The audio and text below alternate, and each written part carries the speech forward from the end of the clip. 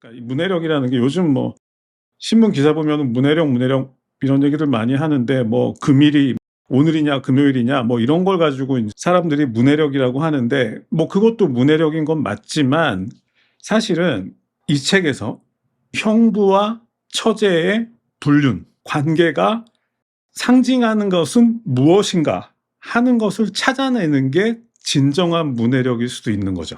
한강 작가님이 불륜 소설을 쓰시려고 형부와 처제의 관계를 가져왔을까? 그렇지는 않을 거잖아요.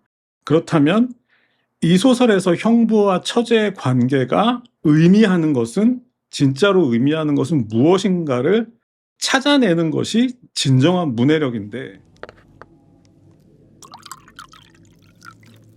자, 시작하겠습니다. 오늘 소개할 작품은 한강 작가님의 대표작이자 2016년 맨부커상 수상작인 채식주의자입니다. 전에도 말씀드렸지만 한강 작가님의 노벨상 수상을 가장 제대로 축하하고 또 영원히 기념할 수 있는 가장 좋은 방법은 작가님의 책을 읽는 거라고 생각하는데요. 그래서 피터캣 북클럽에서도 오늘부터 3주에 걸쳐서 작가님의 대표작인 채식주의자와 히라버 시간 그리고 작별하지 않는다를 읽기로 했고 오늘은 그 첫 번째 시간입니다. 채식주의자에 관해서는 개인적으로 인상 깊었던 일화가 하나 있는데 작년 연말이었죠. 포르투갈 여대생 대여섯 명이 저희 매장을 방문한 적이 있었습니다. 모두 책을 좋아하는 학생들이었는데 이분들이 한강의 채식주의자를 너무 좋아해서 한국을 여행하기로 결정했고 그래서 피터캣을 방문하게 되었다고 말했습니다. 그 말을 듣고 저는 포르투갈에 사는 사람들이 한국 여행을 가기로 결정할 정도로 이렇게 채식주의자를 좋아하는구나 싶었고 이게 정말 부커상의 힘이로구나 이런 생각을 했었죠.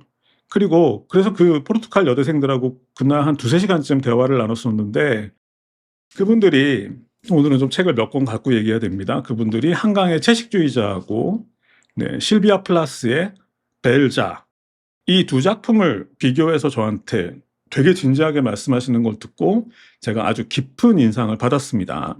네, 그런 생각이 들었는데 이번에 한강 이제 노벨상 발표가 났을 때 그 포르투갈에서 멀리 한국까지 찾아왔던 그 학생들이 얼마나 좋아했을까 이런 생각이 들면서 저도 참 기분이 좋았었습니다. 그런데 이 책 채식주의자는 국내에서 불편하고 난해한 소설로 잘 알려져 있죠. 내용도 불편하고 줄거리도 뭔지 모르겠고 그리고 결정적으로 도대체 작가가 무슨 말을 하고 싶은 건지 통 알 수가 없다는 건데 주인공 영애가 어느 날 갑자기 육식을 끊기로 결정한 것까지는 알겠는데 그런데 그 다음에 등장하는 형부와의 불륜 장면이나 게다가 마지막에 정신병원에 갇힌 영애가 복도에서 물구나무까지 서고 있는 모습을 보면 이건 뭐 답이 없다 싶죠. 그래서 오늘은 독자들이 특히 어렵게 느끼는 부분 위주로 짚어볼 예정이니까 끝까지 주의해서 들어주시면 좋을 것 같습니다. 그럼 시작하겠습니다. 자, 채식주의자를 이해하기 위해서는 먼저 고대 로마의 시인이죠. 오비디우스의 변신 이야기에 등장하는 일화 한 가지를 알아야 됩니다. 그런데 지난 20년 가까이 저는 왜 전문가들이 이 방식을 선택하지 않는지가 참 궁금했어요. 그 이유를 아직도 모르겠는데 어쨌든 제가 생각하기에 이 채식주의자는 오비디우스로 전부 풀리는 소설입니다. 변신 이야기에는 예술과 사냥의 신인 아폴론. 자, 아폴론은 예술과 사냥의 신입니다. 그리고 아폴론과 강의 신 페네이오스의 딸인 다프네의 일화가 담겨 있습니다. 문제는 얼마 전 거대한 뱀을 자신의 화살로 쏘아 죽인 아폴론이 사랑의 신인 큐피드, 큐피드를 그리스어로 하면 에로스입니다. 사랑의 신인 큐피드 앞에서 자랑을 하면서 그 큐피드를 놀린 거예요. 그 큐피드도 활과 화살을 들고 있잖아요. 그러니까 아폴론이 큐피드 보고 야, 그렇게 조그맣고 앙증맞은 거 가지고 도대체 뭘 할 수 있겠어? 네가 하면서 이제 놀린 거죠. 너무 이제 자기가 큰일을 했다는 거가 너무 자랑스러워가지고. 근데 결국 이제 큐피드는 아폴론의 그 말을 듣고 자존심이 상했겠죠. 그래서 나름의 복수를 결심하게 됩니다. 그래서 결국 큐피드가 아폴론과 다프네에게 각각 화살 한 발씩을 쏘게 되는데 아폴론에게 쏜 것은 사랑에 빠지는 화살이었고 다프네에게 쏜 것은 누구의 구애도 거부하게 만드는 그런 화살이었습니다. 결국 사랑에 빠지는 화살을 맞은 아폴로는 다프네에게 적극적으로 구애를 하게 되고 다프네는 계속해서 도망치게 되는데요. 하지만 다프네 입장에서는 날개 달린 신으로부터 벗어날 수 있는 방법은 없었고 결국 붙잡힐 지경에 이르게 되었습니다. 근데 그렇게 다프네가 도망가다가 마침 아버지 페네이오스의 강물이 눈에 들어왔고 다프네는 그 강을 향해서 아버지 저를 도와주세요. 아폴론에게 호감을 샀던 이 외모를 바꿔서 없애주세요 라고 외쳤습니다. 그러자 그 순간 다프네에게는 온몸을 짓누르는 듯한 마비감이 찾아왔고 마침내 머리카락은 나뭇잎으로, 두 팔은 가지로, 두 다리는 뿌리로 변하기 시작했습니다. 하지만 그럼에도 불구하고 그녀를 향한 아폴론의 사랑은 식지 않았고 나무로 변해버린 그녀를 끌어안고 입맞춤을 했다고 합니다. 그런데 이것마저 견딜 수 없었던 다프네는 나무로 변한 상태에서도 아폴론의 키스에 몸을 움츠렸다는 얘기입니다. 자, 이 다프네가 변신한 나무가 바로 월계수이고요. 그 뒤로 아폴로는 전쟁이나 스포츠 경기에서 승리한 영웅의 머리를 이 월계수로 장식할 것을 선언했다는 이야기입니다. 월계관이라고 하죠. 자, 이 일화에서 우리가 주목해야 할 것은 아폴론의 일방적이고 폭력적인 구애와 그에 대한 다프네의 대처할 수 없음의 상황입니다. 아폴로는 위대한 신이었고요.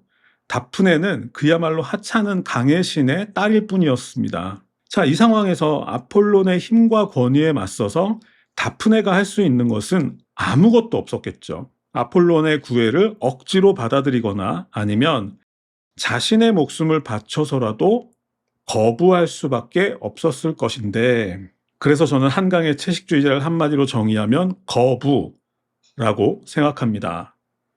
이 거부는 상대에게 맞서 반격하거나 아니면 날개를 달고 멀리 도망가거나 그런 것이 아니죠. 그야말로 반격할 방법도 도망칠 방법도 없는 상대에 대해 할 수 있는 유일한 몸짓인 거죠. 자, 그럼 이쯤에서 여러분에게 한 가지 질문을 해보겠습니다. 그 어떤 인간도 도저히 반격할 수도 없고 그것에서 도망칠 방법도 없는 인간에게 있어 가장 압도적인 상대는 누구이겠습니까? 그 어떤 인간도 반격할 수 없는, 도망칠 수 없는 가장 압도적인 상대는 누구이겠습니까? 네. 인간에게 있어 가장 압도적인 상대는 바로 운명입니다. 자, 한강은 이 운명에 대해서 이야기하는 작가입니다. 도망칠 수도 없고 극복할 수도 없는 상태에 처한 인간들의 이야기를 그리는 작가입니다. 이건 릴케의 두이노의 비가라는 시집입니다. 오스트리아 출신의 시인인 릴케는 시집 두이노의 비가에서 운명에 대해서 이렇게 얘기했습니다. 운명이란 그런 것이다. 바라보는 것이다. 인간은 이 운명 앞에서 할 수 있는 게 아무것도 없다는 뜻인데요. 한강 또한 지난 2013년에 발표한 시집 서랍에 저녁을 넣어두었다에 수록된 서시라는 시에서 운명에 대해서 이렇게 얘기하고 있습니다. 어느 날 운명이 찾아와 나에게 말을 붙이고 내가 네 운명이란다. 그동안 내가 마음에 들었니? 라고 묻는다면 나는 조용히 그를 끌어안고 오래 있을 거야. 눈물을 흘리게 될지 마음이 한없이 고요해져 이제는 아무것도 더 필요하지 않다고 느끼게 될지는 잘 모르겠어. 그 뒤로 길게 이어지는데 역시 한강의 시도 릴케의 시와 비슷한 표현이죠. 다만 릴케가 자신의 운명을 그저 묵묵히 바라보겠다고 했다면 한강은 마음에 들던 혹은 그렇지 않던 그냥 끌어안겠다고 말하고 있습니다. 자, 이제 본격적인 책 얘기를 시작해 보겠습니다. 다프네의 일화와 거역할 수 없는 운명의 얘기를 기억하시고요. 자, 이 채식주의자에는 채식주의자와 몽고반점 그리고 나무불꽃이라는 제목의 서로 연결되는 소설 3편이 수록되어 있습니다. 주인공의 이름은 영애인데 이 영애는 채식주의자에서 육식을 거부하고요. 몽고반점에서는 형부와 불륜을 저지르고 마지막 불꽃나무에서는 정신병원에 갇힙니다. 그런데 여기서 중요한 것은 세 작품 모두 주인공 영애의 시선이 아닌 타인의 시선으로 영애를 관찰하는 방식으로 쓰여졌다는 것입니다. 채식주의자에서는 남편의 시선이었고, 몽고반점에서는 형부의 시선, 그리고 불꽃나무에서는 영애의 언니인 이내의 시선으로 그려지고 있다는 거죠. 자, 이것은 마치 다프네를 뒤쫓는 아폴론의 시선인 것도 같고, 또 토끼를 뒤쫓는 사냥개의 시선인 것도 같죠. 어쨌든 이 책을 다 읽고 나면 우리는 왜 다프네나 채식주의자의 주인공 영애가 나무가 되기로 결심했는지 알 수 있겠죠. 그것을 아는 게 이 책을 읽는 가장 중요한 이유겠죠. 먼저 첫 작품이자 표제작인 채식주의자입니다. 잘 아시는 것처럼 주인공 영애는 어린 시절부터 가부장적인 아버지의 폭력에 시달려야 했습니다. 임기응변을 할 줄 알았던 언니는 아버지의 해장국 같은 걸 끓여주면서 비위를 맞췄지만, 고지식했던 영애는 그냥 고분고분하게 아버지의 폭력을 다 맞아내야 했습니다. 그리고 폭력적이기는 남편도 마찬가지였는데요. 남편은 처음부터 영애의 그 고분고분한 태도가 마음에 들어서 결혼했고, 그 후에도 출근 시간에 맞게 깨워주고 아침을 차려주고 배웅까지 하면서도 어디 좋은 데 놀러 가자거나 뭘 사달라거나 하면서 귀찮게 하지 않는 게 특히 마음에 들었습니다. 말 그대로 만만했다는 것인데 당연히 이것도 폭력이죠. 결국 영애는 종일 자기 방에 틀어박혀서 책을 읽는지 일을 하는지 모르는 시간을 보내고 있었는데요. 남편의 시선입니다. 관심이 없었다는 거죠. 이것은 영애 입장에서는 세상의 폭력을 피해서 자신의 내부로 도망치는 시간이었겠지만, 영애의 이런 모습을 관찰하고 서술하는 남편 입장에서는 자신을 귀찮게만 하지 않으면 나도 널 간섭하지 않겠어 라는 의미가 담긴 문장인 것 같습니다. 억압을 자선으로 아는 가부장적인 남자들의 전형적인 태도 중 하나죠. 그런데 그러던 어느 날 영애가 냉장고에 들어있던 고기와 생선, 우유와 달걀까지 전부 내다버리는 일이 벌어집니다. 꿈에서 피를 봤고 피가 흐르는 날고기를 씹어 먹었다는 것인데, 자, 만약 꿈이라는 것이 평소 우리가 억누르고 있던 진짜 나 자신을 만나는 공간이라면 그 꿈은 아마도 지금까지 고기를 억지로 너무 많이 먹었다. 그래서 이제 피가 역류하기 시작했다라는 의미인 것 같습니다. 마치 아폴론에게서 도망치던 다프네처럼 너무 지쳐서 이제는 더 이상 도망칠 수도 없게 되었다는 것이죠. 이 상황에서 영애 또한 다프네처럼 거부를 선택합니다. 가장 상징적인 장면은 영애가 브래지어를 벗어버린 것인데, 이 브래지어는 여성의 육체를 하루 종일 억압하는 대표적인 상징이기도 하고, 또한 그것을 벗어버린다는 것은 이제부터는 너희들이 말하는 소위 여성성이라는 것을 거부하겠다라는 의미도 담긴 것 같습니다. 마치 아버지인 강물의 신에게 나의 이 외모를 바꿔주세요라고 말했던 다프네처럼 똑같은 얘기인 거죠. 하지만 아폴론이 다프네를 곱게 놔두지 않았듯이 세상 또한 영애를 그냥 놔두지 않았습니다. 대표적인 인물이 바로 아버지였는데, 남편이 비겁하게 친정에 이 사실을 넌지시 알렸고, 결국 그 때문에 가족 식사 자리에서 아버지가 억지로 영애의 입을 벌리고 고기를 집어넣었고, 이에 대해서 영애는 마치 그동안 쌓인 더러운 피를 전부 빼버리기라도 할 것처럼 과도로 손목을 그어버린 겁니다. 그리고 이 채식주의자는 토플리스 차림의 영애가 작은 새를 이빨로 물어뜯고는 그러면 안 돼? 라고 태연하게 말하는 장면으로 마무리되는데, 마치 이런 뜻인 것 같죠? 너희들은 이것보다 훨씬 더 심한 짓도 태연스럽게 하잖아. 그런데 나는 그러면 안 돼? 라고 되묻는 장면인 것 같습니다. 자, 두 번째 작품은 가장 어렵다는 몽고반점입니다. 그런데 이게 문제가 뭐냐면, 첫 작품인 채식주의자를 여성의 시각에서 읽어온 분들이 이 몽고반점에서는 굉장히 당황하게 된다는 거죠. 이 채식주의자라는 책이 여성주의의 책이다라고 규정 짓는 거는 작가분이 하신 게 아니죠. 독자분들이 하신 거죠. 그래서 첫 작품 채식주의자를 여성주의 소설이다라고 읽어왔는데 몽고반점에서는 뒤집어져요. 네, 그것에 대해서 또 혼란스러워 하시는데, 그래서 제가 다프네 일화를 말씀드린 겁니다. 그냥 단순하게 생각하면 됩니다. 그렇게 복잡하게 생각하실 필요 없어요. 단순하게 생각하시면 됩니다.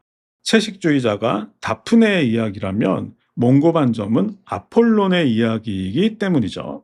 자, 시작할 때 아폴론이 예술과 사냥의 신이라고 말씀드렸는데 그것처럼 주인공의 형부 직업이 뭐였죠? 예술가였습니다. 이 형부가 아폴론이라는 것을 상징하기 위해서 직업을 맞춰준 거죠. 친절하게도.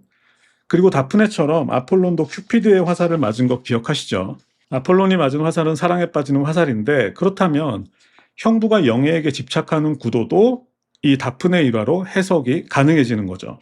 그리고 이 소설에는 이게 아마 가장 중요한 얘기가 될 것 같습니다. 이 소설에는 형부가 아폴론이라는 움직일 수 없는 증거가 하나 있는데 그것은 바로 영의 엉덩이에 있는 몽고 반점입니다.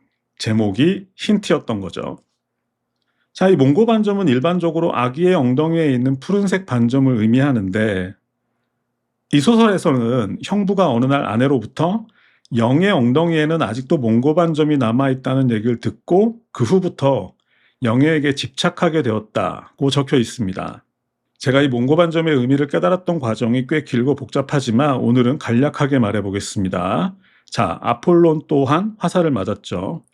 그런데 아폴론과 다프네에게 화살을 쏜 주체는 누구입니까? 큐피드죠. 그러면 여러분 이 자리에서 한번 큐피드의 모습을 상상해 보시죠. 어떤 모습이 떠오르시나요? 활과 화살을 들고 있는 아기가 떠오르죠. 아기. 그리고 마치 화살 맞은 자국처럼 푸르게 변색된 반점.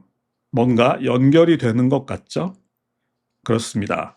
영의 엉덩이의 몽고 반점은 형부에게 있어서는 큐피드가 쏜 화살이었던 거죠. 왜냐하면 그리스 신화에서 큐피드가 아기로 그려지는 이유는 바로 큐피드가 상징하는 것이 운명이기 때문입니다. 운명으로 돌아왔습니다. 고대 그리스인들도 우리처럼 인간의 운명에 대해서 생각했겠죠. 그런데 그들이 생각하기에 인간의 운명이란 것이 마치 어린아기가 쏘아대는 화살처럼 종잡을 수가 없었던 것입니다. 그래서 큐피드가 날개를 달고 활과 화살을 든 아기의 모습으로 그려지게 된 건데, 그러니까 운명이란 마치 아직 선악의 개념도 없고 도덕이나 윤리의 지배도 받지 않는 아기가 아무렇게나 쏘아대는 화살과 같다. 그런데 그 화살을 맞은 인간은 그것에 복종해야만 하는구나 하는 의미가 담긴 것이죠. 그리고 민감한 주제니까 한 가지만 더 짚고 넘어가겠습니다. 오늘 이 자리에 오신 분들이 아마 가장 궁금해하실 만한 부분일 텐데, 그런데 왜 하필 형부일까? 한강 작가님이 바보가 아닌데 독자들이 불편해할 것을 뻔히 알면서도 왜 작가가 형부와 처제의 불륜을 선택했나 하는 것인데, 사실 그것도 알고 보면 그렇게 복잡한 얘기는 아닌 것 같습니다. 왜냐하면 작가는 식물의 생식은 동물의 경우와는 다르다는 걸 강조하고 싶었기 때문이죠. 식물의 생식과 동물의 생식은 다르다는 거죠. 식물의 경우는 이동할 수가 없죠. 그래서 움직일 수가 없으니까 적극적인 생식 활동이 불가능해서 한 개체가 암꽃과 수꽃을 같이 가지고 있는 경우가 많다는 것이죠. 그런데 학자들 이야기를 들어보면 이렇게 수정된 것도 근치는 아니랍니다. 유전학적으로. 결국 두 사람이, 형부와 처제 두 사람이 한 가족의 구성원인 것은 맞지만 한 개체 안에 암꽃과 수꽃이 따로 있는 것처럼 그들의 관계도 식물이라고 생각하면 설명이 된다는 거죠. 인간이 아니라 그들이 식물이라면 이 얘기는 별 얘기가 아닌 게 되는 거죠. 그리고 이미 그들은 식물화되어 있는 상태였죠. 그러니까 결국 우리는 형부가 처제 몸에 막 줄기와 이파리와 꽃을 그리고 또 결국에는 마지막엔 친구한테 부탁해서 또 자기 몸에도 또 똑같은 더 화려한 꽃을 그리고 이런 모습들을 와 정말 멋있다 이렇게 보지만 실제로 그 장면을 통해서 작가가 말하고자 했던 것은 이들이 관계를 맺을 때 그때 이들은 식물이었다는 거죠. 동물이 아니고. 작가는 독자들에게 여기까지 와주기를 바랬던 겁니다. 결국 두 번째 소설인 몽고 반점은 먼저 형부 입장에서 보면 피 흘리는 영예를 병원으로 옮기는 과정에서 자신에게도 영예의 피가 묻었고 그 후로 자신의 식물성에 대한 욕망이 살아났고 그리고 영예의 엉덩이에도 몽고 반점이 있다는 얘기를 듣는 순간 큐피드의 화살에 맞았고 동물이 아닌 식물의 상태에서 영예에게 집착하게 되었다는 것이고, 그리고 이것을 영예의 관점에서 보면 영예 입장에서는 자신처럼 식물화된 형부의 접근에 대해서는 거부감을 느낄 이유가 없었다. 그러니까 그 접근이 반가웠다는 게 아니라 아주 자연스러웠다는 거죠. 결국 작가는 다른 가족들은 영예에게 육식동물의 삶을 계속 강요할 뿐이었지만 그 누구도 영예 입장에서, 식물의 입장에서 영예의 이야기를 들어주려 하지 않았는데 오직 한 명만 식물로서 영예에게 다가왔다. 왜냐하면 그 사람도 자신의 의지와 상관없이 스스로가 식물이었으니까. 왜 형부가 식물이었나 하는 얘기는 책을 보시면 자세하게 나오죠. 그건 그냥 넘어가도 될 것 같습니다. 자, 마지막 세 번째 소설의 제목은 불꽃나무입니다. 자, 다시 정리하자면 채식주의자가 다프네의 이야기였고 몽고반점이 아폴론의 이야기였습니다. 그러면 오비디우스의 변신 이야기는 끝인데, 그럼 이 마지막 불꽃나무는 누구의 이야기냐? 다프네 나왔고 아폴론 나왔고 큐피드도 나왔어요. 그러면 누구의 이야기가 남았나? 한 사람이 남았죠. 네, 누가 남았습니까? 독자가 남았죠. 우리가 남았습니다. 그러니까 결국 작가는 이렇게 기획을 한 거죠. 다프네의 일화를 아폴론의 일화로 이어가고 그 이야기를 마지막 독자 입장에서 한번 정리해보자. 그러니까 결국 이 불꽃나무의 주인공으로 등장하는 영예의 언니 인해는 바로 우리 자신, 독자 자신이라고 생각하고 읽으면 어려운 거 없이 편하게 읽히는 그런 소설이 되겠죠. 자, 불꽃나무의 화자는 영예의 언니인 인해입니다. 형부와 처제가 불륜을 일으켰던 사건 이후 남편은 지방으로 잠적해버렸고 영예는 정신병원에 입원해 있습니다. 그런 상황에서 인해는 생계를 위해서 화장품 가게를 운영하면서 동시에 어린 아들을 돌봐야 했고 게다가 입원해 있는 영예까지 챙겨야 했습니다. 자, 생각해보면 인해는 19살에 서울에 올라온 이후로 계속해서 열심히 살아왔는데요. 그렇게 밤낮 없이 일해서 화장품 가게를 마련하고 또 경제 능력이 없는 예술가 남편을 뒷바라지하면서 아들도 낳고 또 그리고 알뜰하게 모은 돈으로 아파트까지 장만했습니다. 대단하죠. 평소에도 이런 분들을 보면 존경심이 생기고 저분처럼 살고 싶다고 생각하게 되는데, 그렇게 보면 결국 인해가 상징하는 것은 우리 같은 평범한 사람이 되고 싶어하는 이상화된 우리의 모습이 아닌가 싶습니다. 결국 인해는 우리 독자들인 거죠. 그런데 이 인해에게도 말 못할 고민과 가책이 있었습니다.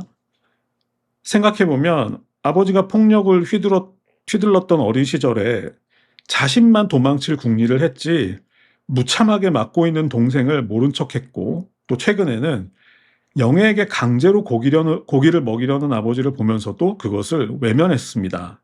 비겁했던 거죠. 우리처럼. 하지만 자신의 눈앞에서 피 흘리는 동생의 모습을 본 순간 인해의 마음속에도 변화가 일어나기 시작했죠. 그것은 자신은 지금까지 아주 열심히 살아왔다고 생각했는데 알고 보니까 자신은 지금까지 단 한 번도 살아있었던 적이 없다는 사실에 대한 자각이었습니다. 우리에게 하는 거죠. 이 불꽃나무는 결국 죽어가는 동생과 함께하는 인해의 모습으로 마무리됩니다. 그리고 인해는 그런 동생의 모습을 보면서 깨닫게 되는데요.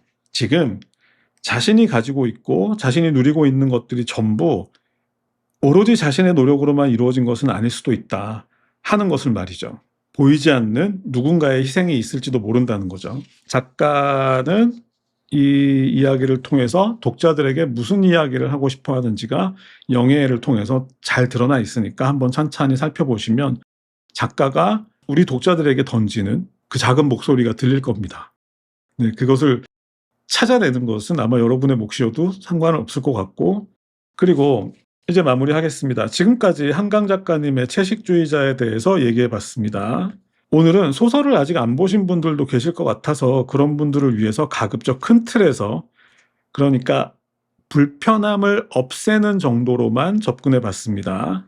자, 디테일한 것들은 거의 건너뛰었으니까 직접 보시면 더 큰 감동을 느끼실 수 있을 것 같고요. 그리고 개인적인 의견을 보태자면 한강의 노벨상 수상 이후 축하하는 분들도 많지만 못마땅해하는 사람들도 꽤 있는 것 같은데, 그거야 뭐 그럴 수도 있는 일이라서 사실 별 생각은 없었는데 최근에 어떤 고위직 교육 공무원이 채식주의자는 학생들이 고등학교를 졸업하고 봤으면 좋겠다고 말하는 걸 듣고는 제 생각이 바뀌었습니다. 그 기사를 보면서 어떤 생각이 들었냐면, 그렇지, 네 말대로 학생들이 이런 책을 고등학교 때 안 보면 결국 문학의 언어를 이해하지 못하게 되고 또 타인의 마음을 이해하는 법을 배우지 못한 상태에서 고등학교를 졸업하고 결국 너 같은 어른이 되겠지.